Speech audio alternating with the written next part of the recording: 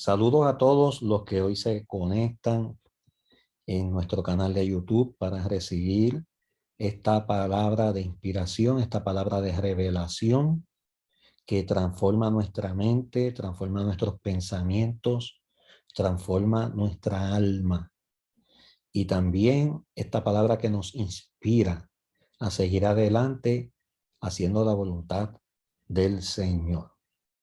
Estamos en desarrollo en el mensaje a la iglesia de la Odisea, y esta es la séptima y última iglesia que el Señor Jesucristo le dirige una carta.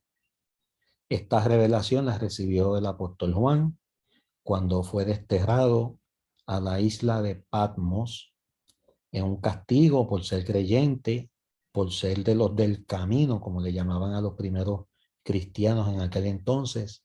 Le decían los del camino porque Jesucristo se había anunciado como el camino en singular, no uno de los caminos, sino el único camino, la verdad y la vida, y que nadie podía ir al Padre si no era por medio de él. Y pues a los primeros cristianos creyentes se les llamó los del camino. Eventualmente en Antioquía pues comenzaron a llamarle, y esto después de la conversión de Lidia, que era una vendedora de púrpuras, de telas finas, etcétera. Desde ese entonces en Antioquía es que se le comienza a decir cristianos a los creyentes. Es interesante. Bueno, nosotros vamos a continuar desarrollando el tema del mensaje a la iglesia de la Odisea. Y hoy pues vamos a hablar sobre el remitente de la carta. Apocalipsis capítulo 3 y verso 14 dice: y escribe al ángel de la iglesia en la Odisea: he aquí el amén, el testigo fiel y verdadero. Escribe al ángel de la iglesia, entiéndase al líder, entiéndase al que el Señor había puesto frente al rebaño, al cuidado de ese rebaño. He aquí el amén, el testigo fiel y verdadero, el principio de la creación de Dios. Mire las credenciales, mire en la forma que el Señor Jesucristo se adjudica cada uno de estos títulos antes de desarrollar esta carta.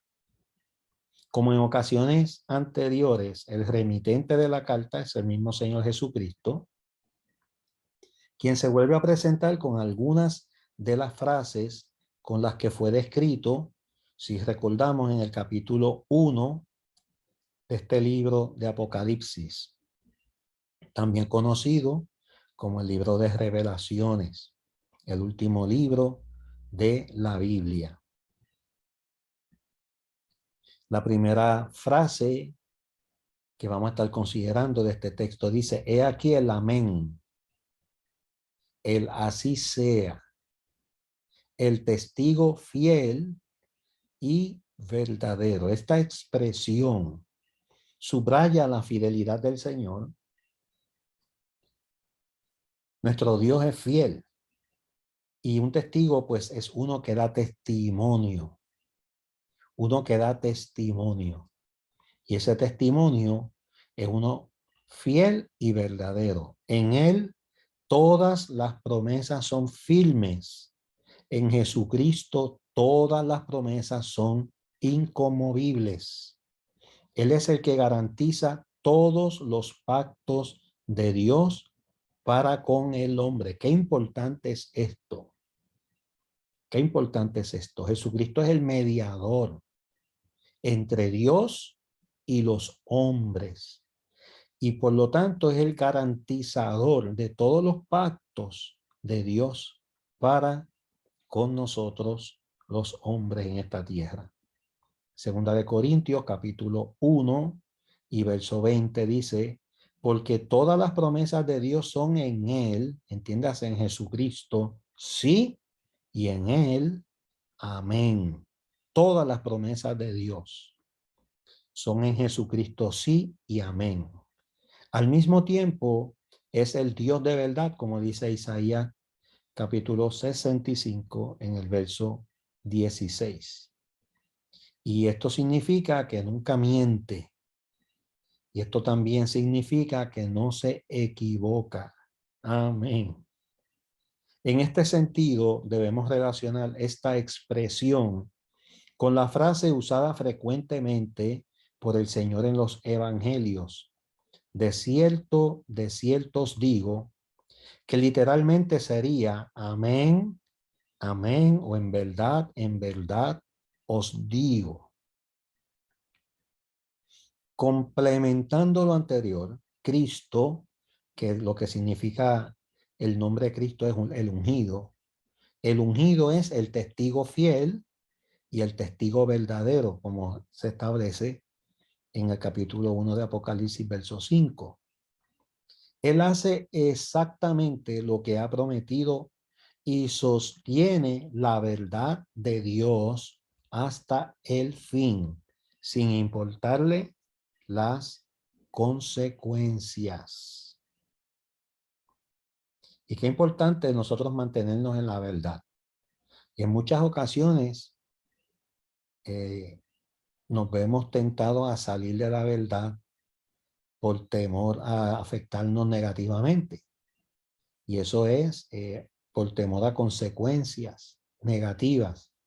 Pero, amados, siempre debemos mantenernos en la verdad hasta el final, a pesar de las posibles consecuencias que nos puedan sobrevenir por mantenernos firmes en la verdad. Como veremos más adelante, el carácter del Señor contrasta con el carácter y la infidelidad de los cristianos en esta iglesia de la Odisea. Ellos deberían recordar esto a la luz de lo que Pablo escribe a su hijo espiritual Timoteo. Y esto aparece en la segunda carta del apóstol Pablo a Timoteo, capítulo 2, verso 13. Dice, si fuéramos infieles, nuestro Dios permanece fiel. Y otro dato importantísimo, Él no puede negarse a sí mismo. Nuestro Dios permanecerá fiel a pesar de nuestra infidelidad, y también nuestro Dios, dice la Escritura, que no puede negarse a sí mismo. La segunda frase en este texto del capítulo 3 de Apocalipsis que estamos considerando hoy dice: el principio de la creación de Dios. Esto no quiere decir, por supuesto, que Cristo fue creado antes que todo lo demás fuera creado, tal como enseñaron los arrianos en el pasado o actualmente lo enseñan los testigos de Jehová y también los mormones, que presentan a Cristo como creado por Dios. Por el contrario, lo que se subraya, lo que se enfatiza aquí, y no solo aquí, sino también en otros pasajes bíblicos que vamos a ver algunos de ellos más adelante, es la suprema autoridad y el supremo dominio que Jesucristo tiene sobre toda la creación, por haber sido, ¿qué? Su creador. Esto lo que significa que Cristo participó de esa creación en el principio, donde todas las cosas fueron hechas y fueron creadas. Vamos a ver algunos pasajes bíblicos donde confirmamos este hecho irrefutable.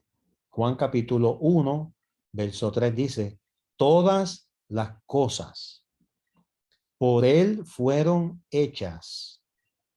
Y está hablando en este capítulo 1 del verbo de Dios, letra mayúscula verbo, otro título que se le da a Jesucristo, el Hijo de Dios. Dice que por él fueron hechas todas las cosas. Y por si acaso, si alguien tiene duda, dice, y sin él, y sin Jesucristo, nada de lo que ha sido hecho fue hecho. Eso lo establece con meridiana claridad el apóstol Juan en este capítulo 1 y verso 3. El apóstol Pablo en Colosenses capítulo 1, versos 15 al 17. Miren lo importante de este principio y de esta verdad espiritual. Dice, Él es la imagen del Dios invisible. Está hablando de Jesucristo, el primogénito de toda creación, porque en Él fueron creadas todas las cosas. En Él fueron creadas todas las cosas, y las que hay en los cielos y las que hay en la tierra, visibles y también las invisibles. Oiga, y las invisibles no son invisibles porque no sean visibles. Parece un juego de palabras. No, porque es que son tan pequeñas que a simple vista son invisibles, pero con un microscopio, por ejemplo, podemos hacerlas visibles. Entiéndase los virus, entiéndase las células, las moléculas, etcétera, etcétera. Pueden ser a simple vista invisibles, pero con los instrumentos adecuados pueden hacerse visibles. No obstante, se vean a simple vista, está diciendo Pablo, o no se vean a simple vista, todas fueron creadas en Él. Dice, sean tronos, sean dominios, sean principados, sean potestades, todo, oiga, absolutamente todo fue creado por medio de Jesucristo y para Jesucristo, por medio de Él y para Él. Importante en esta revelación que el apóstol Pablo nos está compartiendo en esta carta a los Colosenses, que el enemigo, que también está organizado, también es creación de Dios. Fue un ángel creado que se sublevó, que se levantó en rebelión contra Dios y quiso usurpar el trono de Dios. Entonces, nunca nada creado igualará al Creador. Y siempre enfatizamos este principio y ojalá que alguien hoy pueda incorporar esto a su forma de pensar. Satanás, también llamado con letra minúscula el diablo, que es lo que significa acusador, fue creado, fue un ángel creado. Nunca, jamás ni nunca tendrá el poder, la influencia, la autoridad de Dios como para competir con Dios. No, para nada. Siempre estará por debajo, porque ha sido también creación. Es creación de Dios. Y nunca jamás nada creado igualará a su creador. En el verso 17 dice, y Él es antes de todas las cosas. Está hablando que Jesucristo es antes de toda la creación. Dice, y todas las cosas en Él subsisten. Wow. O sea, no solamente es lo que se crea, sino lo que se mantiene en el orden que Dios lo estableció. Usted sabe que ahora mismo pues estamos en el otoño. Usted sabe que nuestra Tierra, nuestro planeta, tiene principalmente dos movimientos. Tiene uno sobre su propio eje, que es el responsable del día y la noche, y tiene también un movimiento de traslación que es alrededor del Sol. Y dependiendo, ¿verdad? No es un círculo, es una elíptica. Interesantísimo. La astronomía es fascinante, y el estudio de las estrellas es fascinante. Y entender que Dios ha establecido las temporadas y eso está desde el principio y se mantienen subsistiendo en el orden que Dios lo estableció en el principio. Wow.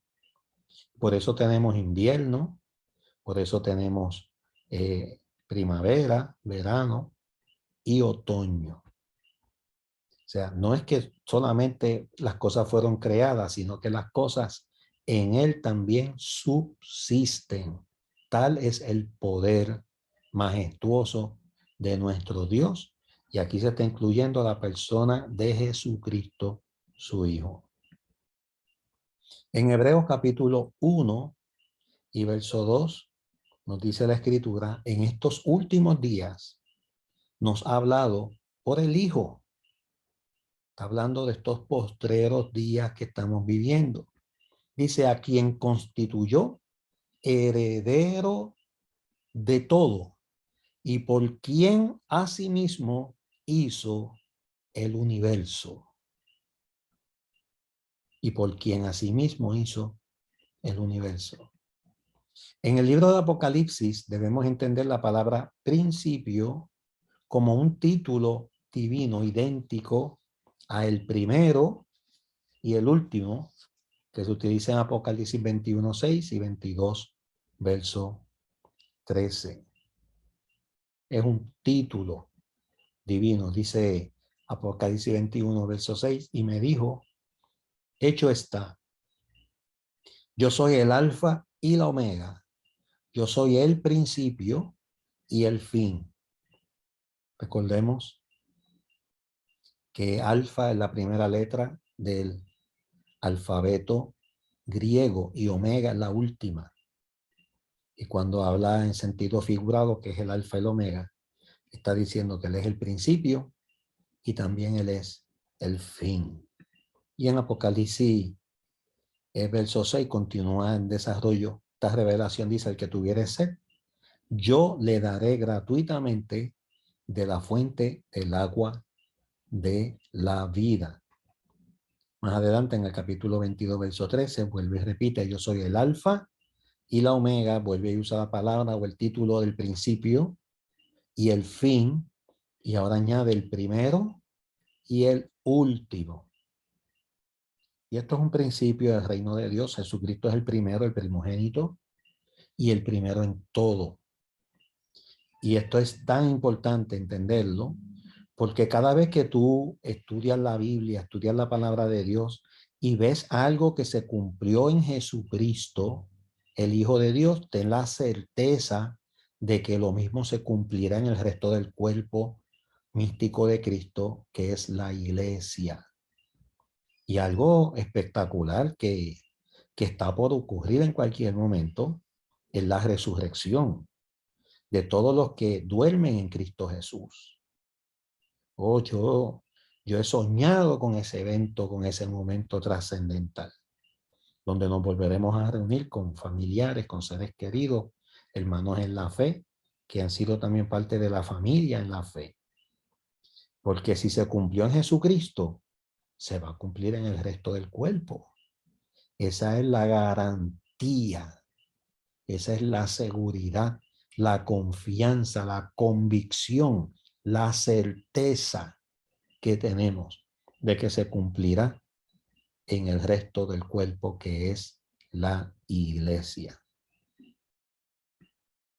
Y del mismo modo fue usado por el profeta Isaías para aplicarlo a Jehová el Padre, Isaías 41:4. ¿Quién hizo y realizó esto? ¿Quién llama las generaciones desde el principio? Yo Jehová, el primero, y yo mismo con los postreros. Entiéndase que el mismo título que se está dando al Hijo se le da por el profeta Isaías al Padre.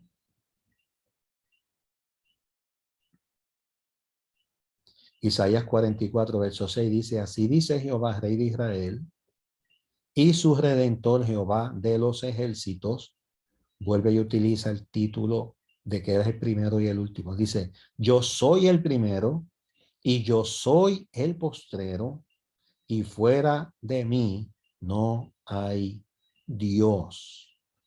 Entonces vean que es un título que se le adjudica a Dios mismo, un título divino. Por lo tanto, Jesucristo es Dios, pues se le aplica también al Hijo, a Jesucristo, al Verbo de Dios, que se hizo carne, habitó entre nosotros, pero resucitó en cuerpo de gloria, en un cuerpo glorificado, ascendió al tercer cielo y hoy por hoy está sentado a la diestra de Dios el Padre. ¿Qué está haciendo allí? La palabra dice intercediendo por cada uno de nosotros. ¿Y qué más está haciendo allí? Sometiendo bajo la planta de nuestros pies a todos nuestros enemigos. ¿Cuánto glorifican a Dios por eso? Dios es maravilloso.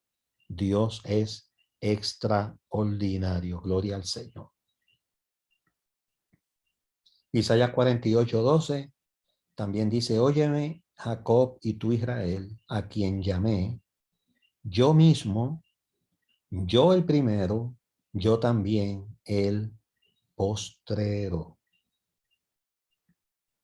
Cristo es la fuente, Cristo es el origen de todo lo que existe. Y por esa razón en Él encuentran sentido todas las cosas. La fuente, el origen de todo lo que existe. Wow. Estamos viviendo unos tiempos proféticos singulares, únicos, extraordinarios. El miércoles de la semana pasada, la NASA estuvo desarrollando un proyecto de seguridad planetaria. Ellos estuvieron lanzando una nave que va en un momento dado a golpear un asteroide que ellos trazaron la trayectoria y ya en, en varios años, es un asunto de unos cuantos años, donde esta nave que la NASA envió el pasado miércoles va a interceptar a este asteroide. Y es con el propósito de golpearlo y afectar su trayectoria y ver si es exitoso el experimento de cambiar la trayectoria de un asteroide. Este asteroide no representa ningún peligro para la Tierra. No obstante, ellos lo están interceptando con años de anticipación porque quieren prever o prevenir en un futuro. Y esto es un tema de películas, que yo sé que ustedes han visto algún tipo de película, alguna producción de Hollywood, donde el tema precisamente es ese, un asteroide que va a golpear la Tierra y cómo se puede impedir que esto ocurra. Pues ya la NASA está haciendo experimentos, algo increíble y algo pues que parece ciencia ficción, pero ya no es ciencia ficción, ya es toda una realidad. Y en los próximos años estaremos viendo el resultado de experimento, de este experimento de supervivencia planetaria. Interesante. Un experimento que busca la seguridad del planeta en una eventualidad de un asteroide que represente un peligro inminente para la vida en nuestro planeta Tierra. Increíble, ¿verdad? Pero aún yo entiendo que Dios le está dando la sabiduría a los hombres de ciencia y en este tiempo se tiene que cumplir lo que está profetizado. Si somos protagonistas del tiempo del fin, la Biblia dice que en los últimos, en los postreros días, la ciencia se multiplicará, el conocimiento, la sabiduría, pues esto era algo impensable años atrás, décadas atrás, pero ya es toda una realidad. Ya es toda una realidad. Ya la ciencia, los científicos tienen ya el diseño, la forma, la manera, la estrategia de cómo afectar la trayectoria de un asteroide que representa un peligro inminente para la vida en nuestro planeta. Sin embargo, hermanos, debemos tener claro y presente que Jesucristo participó en la creación, que Jesucristo es Dios La Biblia dice que tenemos un Dios trino que se manifiesta en tres personas: Padre, Hijo y Espíritu Santo. Y concluye diciendo, y estos tres son uno. Momentos, eventos, incidentes en la Biblia donde han coincidido los tres al mismo tiempo, manifestándose al mismo tiempo como Padre, Hijo y Espíritu Santo. Tenemos el ejemplo por excelencia del bautismo de Jesucristo. Dice la Biblia que Cristo fue al río Jordán, donde estaba Juan, su primo, Juan el Bautista, bautizando. Y Cristo fue para que su primo Juan lo bautizara en el Jordán. Dice la Biblia que se abrió el cielo, dice la Biblia que se oyó una voz desde el cielo diciendo, este que está en el agua, este es mi Hijo amado en el cual yo me complazco. ¿Quién estaba expresando estas palabras? El Padre. Fíjate cómo dice, este es mi Hijo amado. El Padre desde el cielo, el Hijo está en el agua siendo bautizado y dice que el cielo se abrió y descendió el Espíritu Santo con la gracia de una paloma y se posó sobre Jesucristo. De hecho, el Espíritu Santo se posó sobre Jesucristo y permaneció sobre Jesucristo.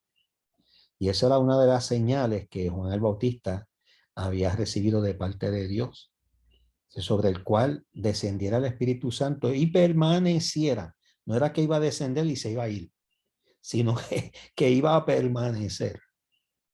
Ese era el testimonio de que ese era el verbo de Dios, el Hijo de Dios, el Mesías prometido que habría de venir. Maravilloso, extraordinario, nuestro Dios, glorioso. Fíjate que tenemos ahí en un mismo evento al Padre en el cielo, al Hijo en el agua y al Espíritu Santo que desciende sobre el Hijo. Padre, Hijo y Espíritu Santo, las tres personas manifestándose al mismo tiempo. Qué maravilloso. Bueno, el apóstol Pablo escribe en Colosenses capítulo 1 y verso 16 lo siguiente, y con esto pues vamos a estar concluyendo el estudio de este día. Dice, por eso aunque tuviéramos todas las cosas que pudiéramos desear de este mundo, pero si no le tenemos a Él, entonces seríamos inmensamente pobres, tal como lo estaba pasando a la iglesia en la Odisea. Tú puedes tener todas las riquezas, tú puedes tener todos los recursos habidos y por haber en esta tierra, pero si tú no tienes a Jesucristo, te falta lo esencial, te falta lo más importante. Te falta lo más importante. Entonces, tengamos mucho cuidado. Hay mucha gente en este tiempo rechazando la divinidad de Cristo, rechazando al Hijo. La Biblia es enfática, dice que el que tiene al Hijo tiene al Padre. Y dice que el que rechaza al Hijo también está rechazando al Padre. Perdón. Entonces, tengamos mucho cuidado. Hay muchas herejías, hay mucha apostasía, hay muchas personas que están cayendo en falsas doctrinas. Y nosotros, pues, amados, lo que tenemos es que mantenernos en la revelación bíblica, manteniéndonos en el estudio de la Sagrada Escritura, manteniéndonos ahí y balanceados, buscando el balance, que es donde está lo saludable, que es donde está la victoria. Nosotros buscarnos la revelación de la Sagrada Escritura y hacerla parte de nuestro diario vivir. Que esta palabra sea rema, no solo logos. Logo y rema, que son también dos palabras del griego. Logos es conocimiento, letra. Que no sea solo conocimiento y letra, sino que sea rema. Rema es vida, sustancia.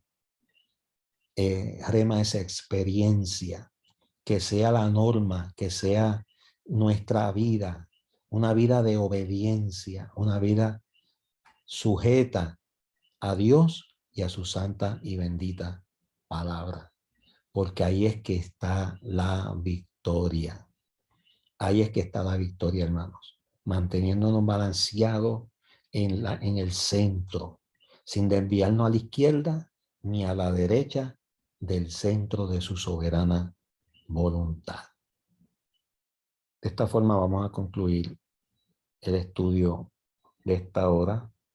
Como siempre, pues terminamos este estudio orando y dando gracias a Dios por las ofrendas y los diezmos que traemos al alfolí.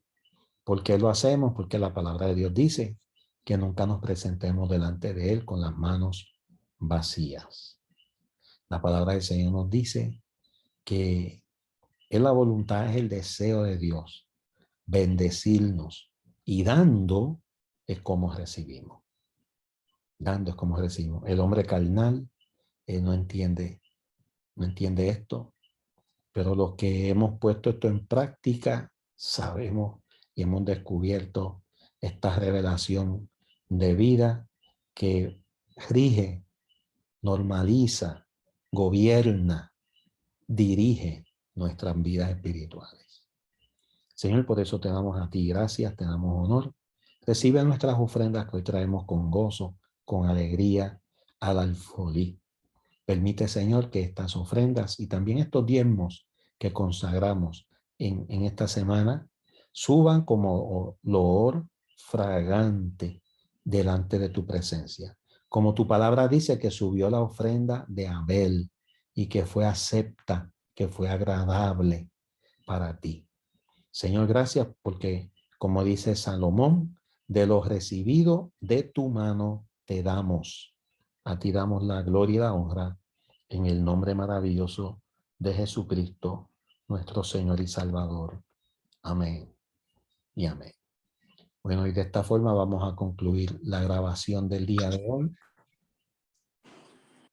Dios te siga bendiciendo y espero que te conectes la próxima semana para recibir otro estudio de la palabra y vamos a continuar en esta maravillosa temática del mensaje a la iglesia de la Odisea.